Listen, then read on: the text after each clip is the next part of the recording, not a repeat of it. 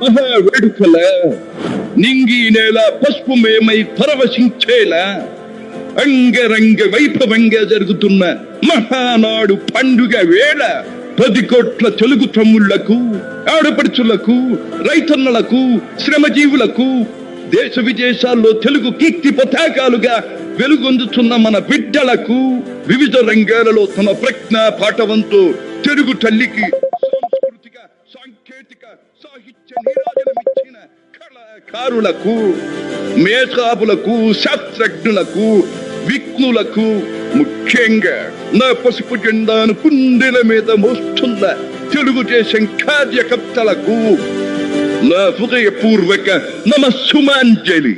సరిగ్గా 43 ఏళ్లయింది నా తెలుగు వారి కోసం, నా తెలుగు జాతి ఆత్మ గౌరవం నిలపడం కోసం తెలుగుదేశం పార్టీ స్థాపించి. నేను స్థాపించాను అనే కన్నా పుట్టింది అనాలేము. ఎందుకంటే ఆనాడు కార్మికుడి చెమట నుంచి, కర్షకుల రక్తం నుంచి, చాడిత పీడిత ప్రజల బాధ నుంచి పుట్టింది తెలుగుదేశం. కులమత వర్గాలకు అతీతమైన నవ సమాజానికి సరైన నిర్వచనం చెప్పేందుకే తెలుగుదేశం పుట్టింది. పేదకు కనీస అవసరాలైన పూటకు పక్కెడన్నము, తన దాచుకోవడానికి పక్కా ఇల్లు, గౌరవం నిలుపుకోవడానికి ఒంటి మీద వస్త్రం, వీటితో పాటు రైతన్నల సంక్షేమం, ఆడపడుచుల అభ్యుదయం, బలహీన వర్గాలకు పాలనాధికారం, వీటిని అందించడం కోసం మొదలైన తెలుగుదేశం ప్రస్థానం ఆ తరువాత ఎన్నో మలుపులు తిరిగింది. కొత్త జగతికి, అపూర్వ ప్రగతికి పాటను వేసింది. హైదరాబాద్, సికింద్రాబాద్ లకు ట్యాంకు బండతో నేను సాంస్కృతిక వారధి కడితే, ఆ తరువాత సైబరాబాద్ అనే కొత్త నగరాన్ని పుట్టించి తెలుగు నేలకు, ఆధునిక ప్రపంచానికి సాంకేతిక వారధిని కట్టించిన వాడు చంద్రబాబు. లక్షల రూపాయల జీతం గురించి ఏమారైనా కలగన్నామా? దాన్ని సాధ్యం చేసింది నా తెలుగుదేశం ప్రభుత్వమే అని చెప్పడానికి నాకు గర్వకారణంగా ఉంది. డ్వాక్రా సంఘాలతో నా ఆడపడుచులు సాధించిన ఆర్థిక స్వాతంత్ర్యం చూసి నాకు సంతృప్తిగా ఉంది. గోదావరిని కృష్ణమ్మతో కలిపేది ఎప్పుడో, పోలవరం తెలుగు వారికి దేవుడిచ్చిన వరంగా రూపొందే శుభదినం ఎప్పుడో అని ఆనాడు నేను పలవరించాను. పట్టి సీమతో ఒకటి నెరవేరింది. పోలవరం పూర్తితో మరొకటి ఇంకా 2 ఏళ్లలో నెరవేరబోతోంది.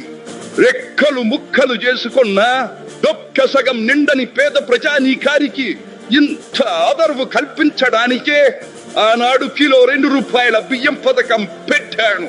అటువంటిది P4 కార్యక్రమంతో పేదకు పేదరికం నుండి విముక్తిని కలిగించి బంగారు కుటుంబంగా తీర్చిదిద్దే చంద్రబాబు ప్రణాళిక అహో అద్భుతం, మహాద్భుతం.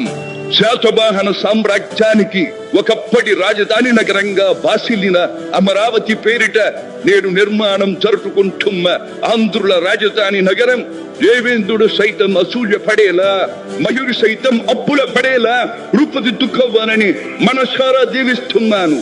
క్రమశిక్షణాపూరితమైన అభ్యుదయ సమాజ నిర్మాణ శక్తిగా యువతను మలచడం కోసం ఆనాడు నేను కలలు కన్నాను. యువగణానికి ప్రాధాన్యమిచ్చి యువశక్తికి పదును పెట్టి నా కలను నేడు తీరుస్తున్నాడు నా మనవడు లోకేష్. అంతేకాదు, అధికారానికి సరైన నిర్వచనం మానవ సేవ అని ఆనాడు నేను పాటించిన నియమాన్ని నేడు గతంలో ఆచరించి పార్టీ కార్యకర్తకైనా సాధారణ పౌరుడికైనా అండగా నిలుస్తూ నా వారసత్వానికి వన్నెదిస్తున్నాడు లోకేష్. గగన సీమ నుండి ఇది చూసి అయ్యా రే ఫలా ఫలా మనవడా ఫలా అని మురిసిపోతోంది నా మనస్సు. ఈ దేశం మనది, దేశ సమైక్యతే మా సిద్ధాంతం, మా రాష్ట్రాభివృద్ధే మా దేశాభివృద్ధే మా లక్ష్యం అంటూ ఆనాడు నిత్యం నినదించేవాడి.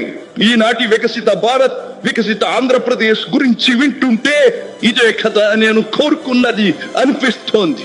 చివరిగా ఒక్క మాట, చెరుగు నేల వాళ్ళు చెరుగులా పాడి పంటలతో పారిశ్రామిక వికాసంతో పరవశించాలని, తెలుగులాట ప్రతి ఇంట నిత్య వసంతాలు చెందాలని, ప్రజల కోసం అంకిత భావంతో ప్రభుత్వం చేస్తున్న కృషి ఫలితం కావాలని ఆకాంక్షిస్తున్నాను. సెలవు. సర్వే జన సుఖినో భవంతు.